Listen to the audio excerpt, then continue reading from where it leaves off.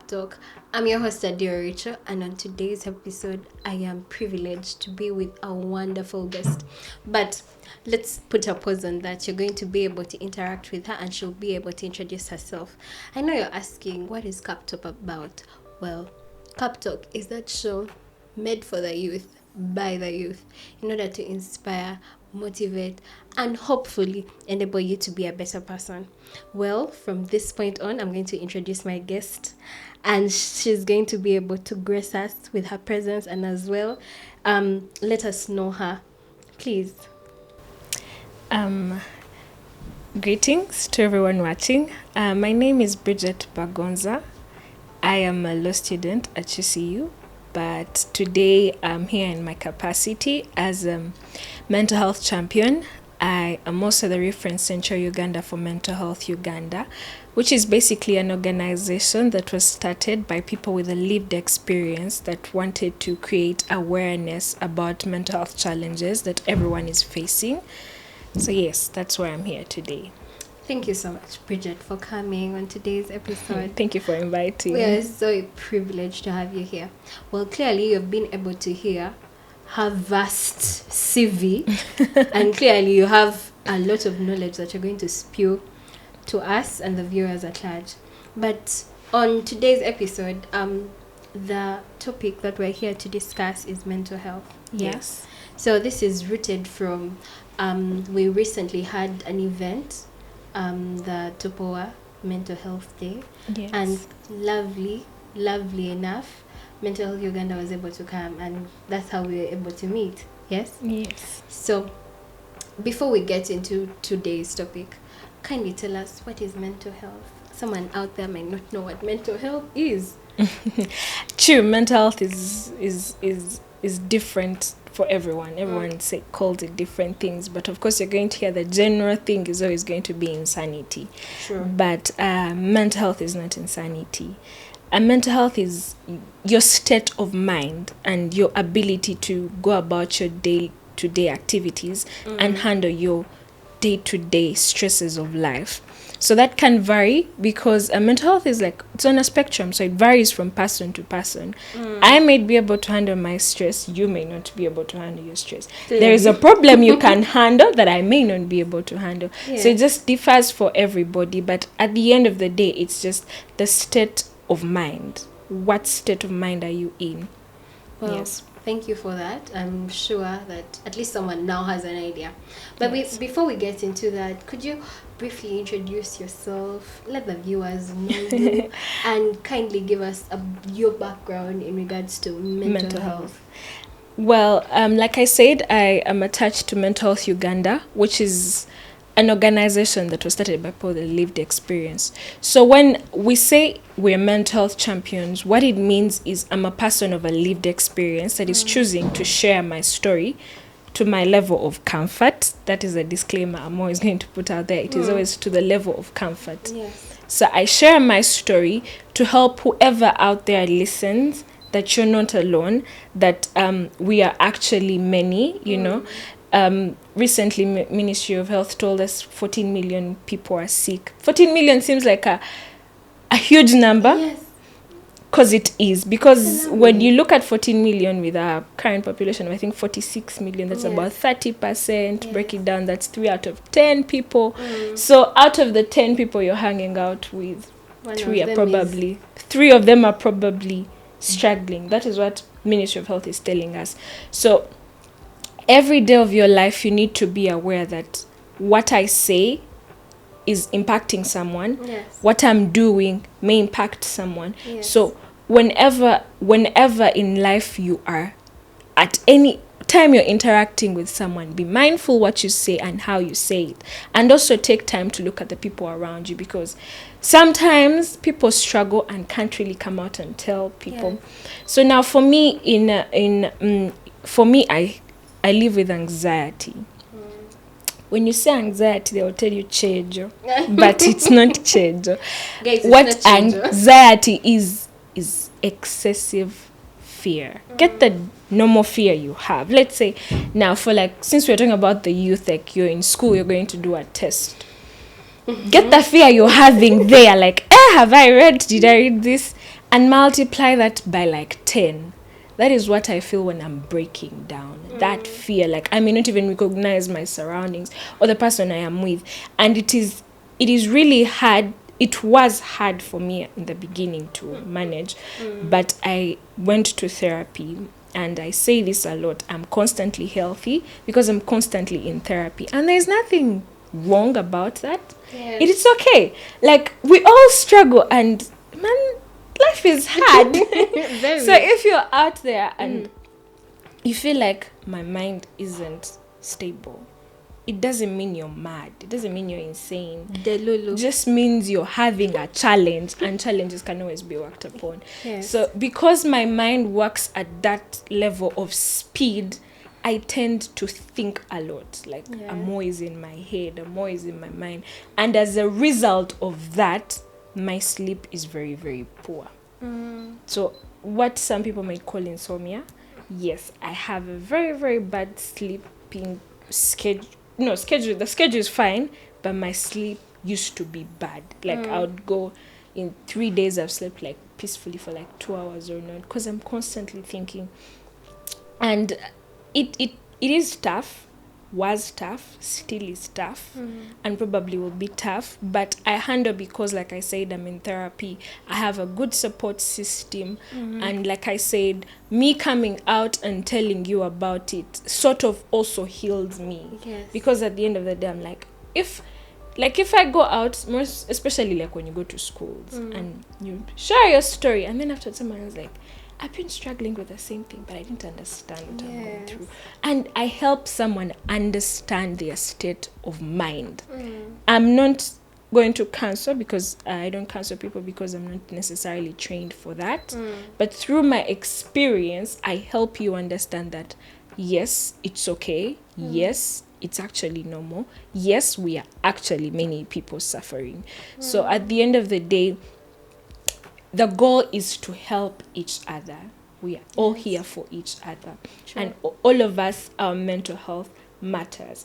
Be it your elder sibling, your younger sibling, your classmate, your friend, or who you term as a homie. All of everyone's mental health matters. And at some point, everyone's mental health matters because of how you conduct yourself, what you say around people. Thank you so much, Bridget. Wow, that has been really touching. So, back to your whole journey in regards to mental health. What is that one point? It might have been rock bottom, or one scenario that made you decide, you know what, I'm taking the mental health path. I want to help others. Okay, so I'm a uniquely enabled child.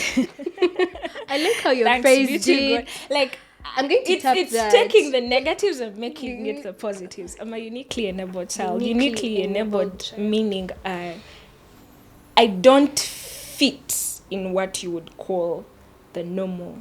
Like, if in my age bracket you looked at me, we're like a small percentage of that.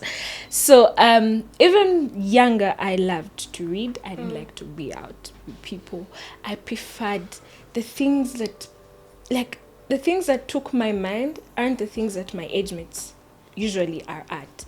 So it sort of put me aside from everyone. Yes. So I was always either being isolated just because people didn't understand me. And by then, I hadn't yet learnt the art of how to fit in with my being unique. Yes. So I always felt isolated, and then came in the bullying. Now, the bullying is what enhanced my anxiety. Like, to be there, and me, I want to be reading a book. Someone wants to be out doing something. Making then they noise. make a nasty comment of like, What's wrong with her? yeah.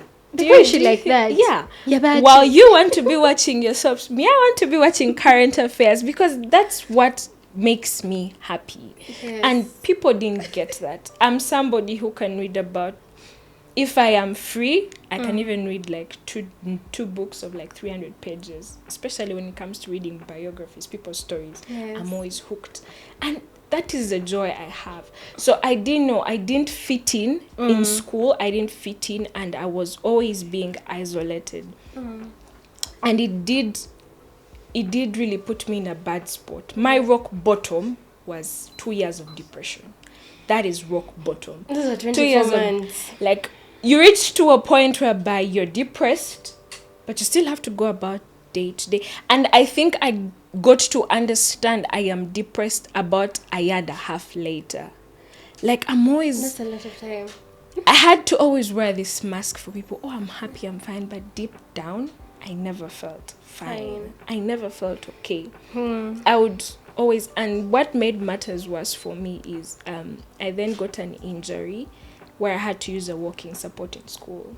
So that now I'm already uniquely enabled. Now I'm already labeled something else. And it really got to me. Yes. It really did get to me. And those are like my teenage years. Those are the years whereby you're being noticed by people. And I was at my worst. My worst, my rock bottom, 2 years of depression. And then I move into the suicidal stage. Whereby now I feel like I can't do life anymore. I can't. I don't have it in me to do life anymore. Yes.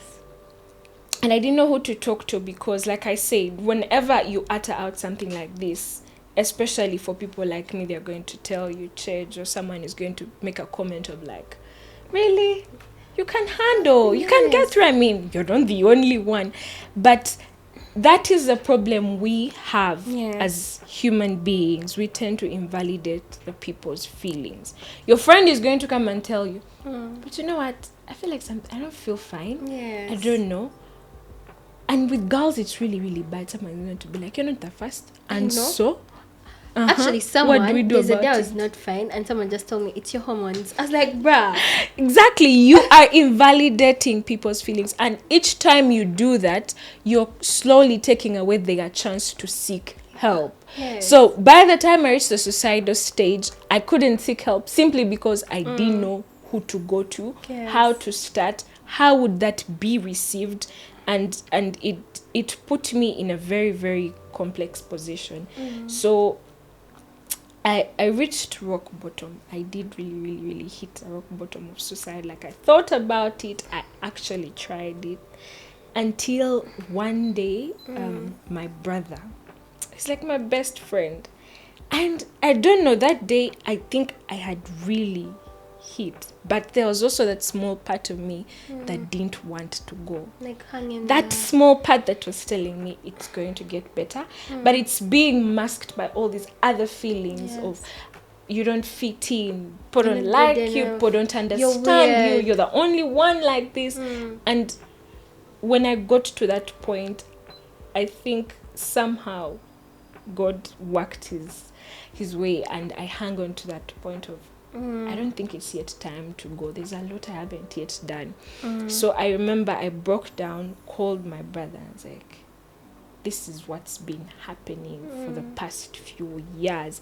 And then he's like, I didn't even notice. Like, I had it in his voice of like, I didn't even notice. That is what happens. You will not notice that your partner, your friend, or your homie, as we call these days, isn't well. And also that can bring guilt to yourself. So that is when I started therapy. And then I remember one time I did a group session, and everyone was talking about their story. And you know, like, when you're new in therapy, you're like, talking about my feelings, what am I doing? But I started hearing people's stories, and it made me feel like I'm not alone.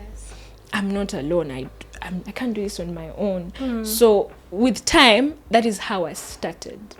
In my senior 4 vacation, that's how senior 4, it's towards senior 5. That's when I started my work of talking about it, talking about what I was going through, talking about, I actually had to change schools. That is how bad it was. Wow. Like, I remember sitting down with the people who make the decisions for me, and I'm like, you know what?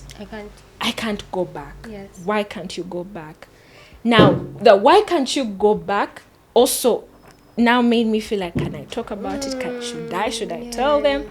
So I just took the chance. I'm like, let me tell them to the level of comfort. So I was like, because of reason A and B, and I don't think this is an environment I can flourish in. My grades had gone down, my health physically, because when your mental health gets to that point of it's now really too much, physically your body now will also start to give up, because the mind is really a powerful thing. So after that, that is when I now change schools, and when I change schools, when I start my work of talking about it.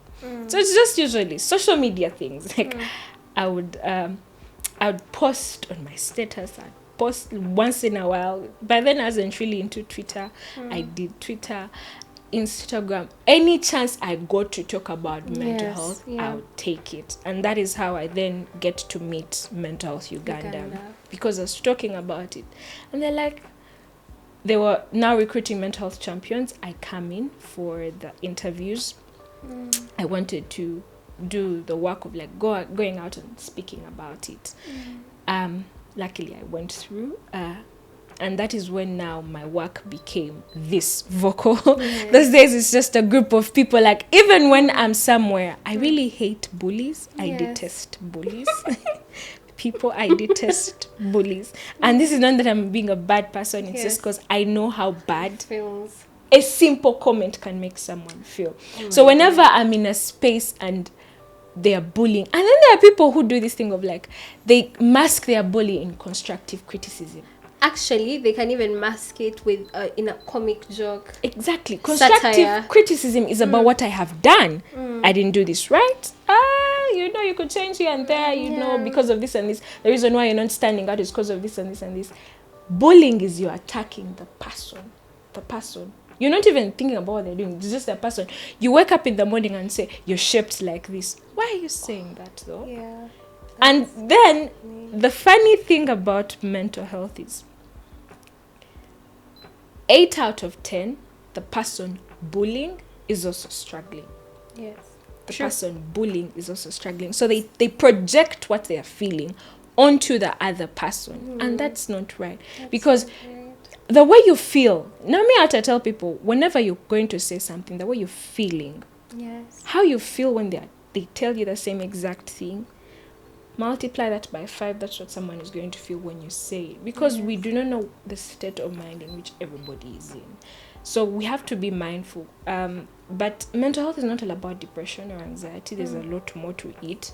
But that's my story: anxiety, depression, insomnia, and the healing journey, I will not lie to you, is hard. Yes. It is tough. You can walk 10 steps and go back 12. Yes. That is how healing can be. But you get there. You get there eventually. That has been such a touching story. I feel like I resonate with you because I've been there. Yeah. So it touches me at the core. Thank you so much. This is why we share. Like, you get to know that, what? I'm not the only one suffering. Yes, we're all I've going been through there, this. and I'm like, okay, I've really hit rock bottom, but there's no one you can talk to, because you put up a facade, a mask, and you just mask it, and you know what, I can do it. But not everyone has that. And it's so sad. There are times where you will wear your mask so good that you fail to now, you yourself, tell apart the mask and you. Yes. It can happen. And for me, what I do to tell apart what is real and what is not is by writing. I journal a lot. So whenever I write and I look through my emotions, because now at the point I am, I can tell I'm sliding off. I'm getting back into a depressive state or something like that. Yes. But there's a time I couldn't. And so the type of therapy I did was I write what I feel, because I didn't want to talk about it, honestly. In the beginning, I didn't feel comfortable enough to say it out loud. Like, I'm struggling. I want to end my life. I'm self-harming. Yes. I didn't want to say all that. So I would just write, give my therapist, she reads, then gets back to me, until I reached to the point whereby I can now talk about it. And it takes a while. For some people, it will be 2 sessions and they're back on it. But because for me, it'd been so long in that state, I didn't know real from fake. I didn't know who was me. It took a longer time to get me back to saying, oh, I'm okay, I'm fine. Yeah. I'm okay. And if someone asks you, how are you? If I know it can be scary, but when someone asks you, how are you? Take a chance. Tell them, like, I don't think I'm fine. I don't feel fine. Because when you say that, yes, the person may not have the capacity to help, but you acknowledging I'm not fine is a very big step on your healing journey already. Yes, and we're going to get back to that. But I'm just going to ask, with your experience, what is the importance of early detection of mental health issues? And from then on, what are the signs I can see in myself or in another person so that we can be able to help each other? Early detection is very important. Unfortunately, I've lost a friend because we didn't notice his problems earlier. Yes. And the problem about early detection, it can get hard if somebody is good at masking what they're feeling. Yeah. But usually, there are always those telltale signs of somebody, someone who has been the type of person that's always, let's go out. It's a weekend, it's time to turn up. And 3 weekends in a row, they're like, nah, let's chill in. Then, as long as the person's behavior starts to change, because there are people who are naturally reserved. Yes. And then they start doing it too much. And you're like, but this isn't the person I know. Check in. If you notice your friend has been very, very happy and all of a sudden you find their moods are not stable, check in. You don't need to, you may not know the signs, but for as long as, we have, as human beings, we have something called intuition. You can feel it. You're like, but is Rachel okay? That feeling of, is Rachel okay, is what you should go by.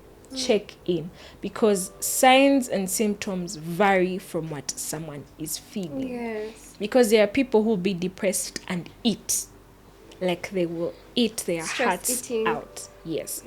Then there are people who are depressed and will not eat at all. So it may be hard to find the actual signs and symptoms of someone is struggling. But for as long as you can see someone's behavioral patterns changing, or you feel like in yourself you feel like my friend is not okay, check in. Just constantly check in.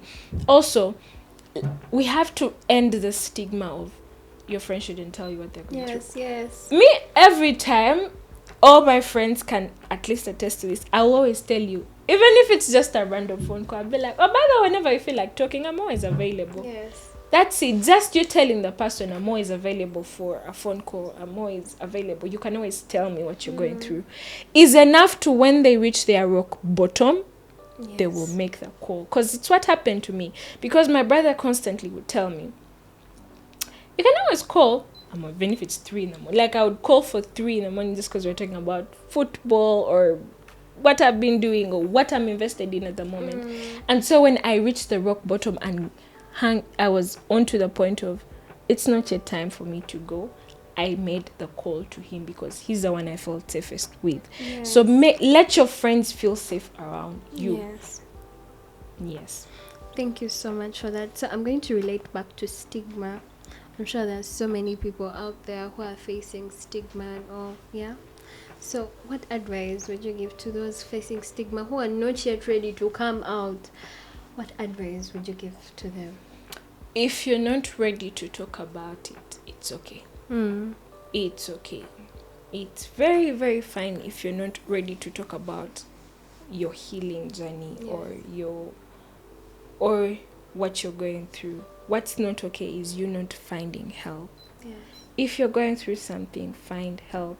We have a toll-free line that works Monday to Friday, 8:30 to 5 p.m. Very easy number, 0800 212121. It's available in those working hours. you can always call. And the beauty about our toll-free line is you don't even have to tell them. I can decide to use a pseudonym, like a nickname. Yes. I can, instead of telling them I'm Bridget, I can even use a random name out of anywhere, or I can choose to actually, you can tell them, you know what, I don't feel like disclosing my identity, but this is what I'm going through. Yes. It's very fine. The basics they will handle. If you feel like you are to the point of I want to go, you can still make that phone call. One way or another will find a way to help. Yes. If you're there and you have that person that you trust, please reach out. If you feel you aren't feeling fine, you're struggling, you feel like your emotions aren't yours. There are also people feel that like, Yes. is this what I'm feeling? Or if you're feeling like we have the modes, the normal modes of like, oh, I woke up, I'm not feeling myself, it's fine. But then if you wake up constantly not feeling fine, then raise question marks, find someone to talk to. When I say if you don't want to talk about it, don't. What I mean is like, if I, Bridget, is in therapy and I don't want to talk about my therapy journey, it's fine. Keep it to yourself. Heal, get better. Because sometimes the reason why we are not fine is because of people around us. Yes. And so you cannot necessarily open up, which is also still fine. If you feel, I don't feel like telling Rachel that I'm in therapy, don't tell her. Don't tell her. But I will remind you, you telling Rachel I'm in therapy could help her take the step to therapy if she's also going through something. But that is all to your level of comfort. But please and please, if you're struggling, if you feel you may not know exactly what you're going through. Yeah. That's the thing about mental health. You don't know exactly what you're going through, but you're having sleepless nights. You feel like you're train thoughts. If you got a notebook or even just a paper, and every negative thought you have, you wrote it down, it will tell you, okay, now I don't think I'm okay. Yes. It will help you see it faster. And if you're that friend, that neighbor, that partner, and you realize that she or he isn't fine, reach out. Because sometimes some people just need someone to make the first step on their behalf and reach out and like, hey Rachel, are you okay? Are you fine? Do you want to talk about it? Okay, if you don't want to talk about it, it's fine. Let's just chill. That is also very fine. Okay. So Bridget, now that we're almost closing the show, what closing remarks would you give to the people out there that might be even facing mental health issues, but they don't know that they're facing mental health issues, even those that are aware of their mental health issues? What encouraging words could you give to them? Well, the UN stats tell us most mental health challenges start with people below 25. And with the teens, it's really getting out of control. And you see, the problem is our parents went through a different time that we are going through. Their problems are different. And if you're a parent and you're watching me, I will say this to you. At that point of where you were at 15, 14, 16, and the problems you dealt with, they were big for you, if you can recall. So that's the same thing your child is going through. Just because we are in different times, problems vary. For you, it might have been a different struggle. For her, it's just an Instagram comment. For him, it's just, I don't have the right shoe. The things that disturb us are different from what they disturbed them. And I want you to appreciate that and understand that it is different from what the young ones are going through. And it is very, very important for your children to feel safe enough around you to come and tell you. Check in on them. Are you fine? The how are yous on a phone call are different from when you sit and ask, are you fine? Yes. The first 1, 2, 3 times, he or she may not open up, but the day when they are breaking, they are likely to come out to you because you are a safe space for them. Yes. Everyone out there, be a safe space for your partner.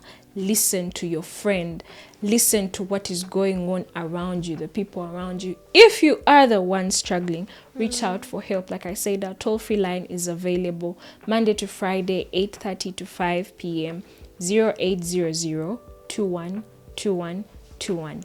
If you are out there and you're struggling, please make a call. No matter what region you're in, no matter what language you speak, I will assure you, this is my team. I've been around them. They will speak the language you're speaking. It doesn't have to be English. It doesn't have to be Luganda. From whatever region you're in, you always have someone who can help you. Please reach out. We are in this together. People are struggling. The struggle is actually real. Someone actually told me, is it a conspiracy theory or it's real? It's very real. much real. Butabika is getting full. You hear that? So people are struggling. If you're out there struggling, reach out for help. And don't forget, it does get better. Get it from me. It gets better. You will get there. Thank you so much, Bridget, for sharing your story. And I'm sure the viewers out there have been able to learn a thing or two from the experience that you've shared. Now, that has been it from us, from Cuptalk. Have a beautiful day.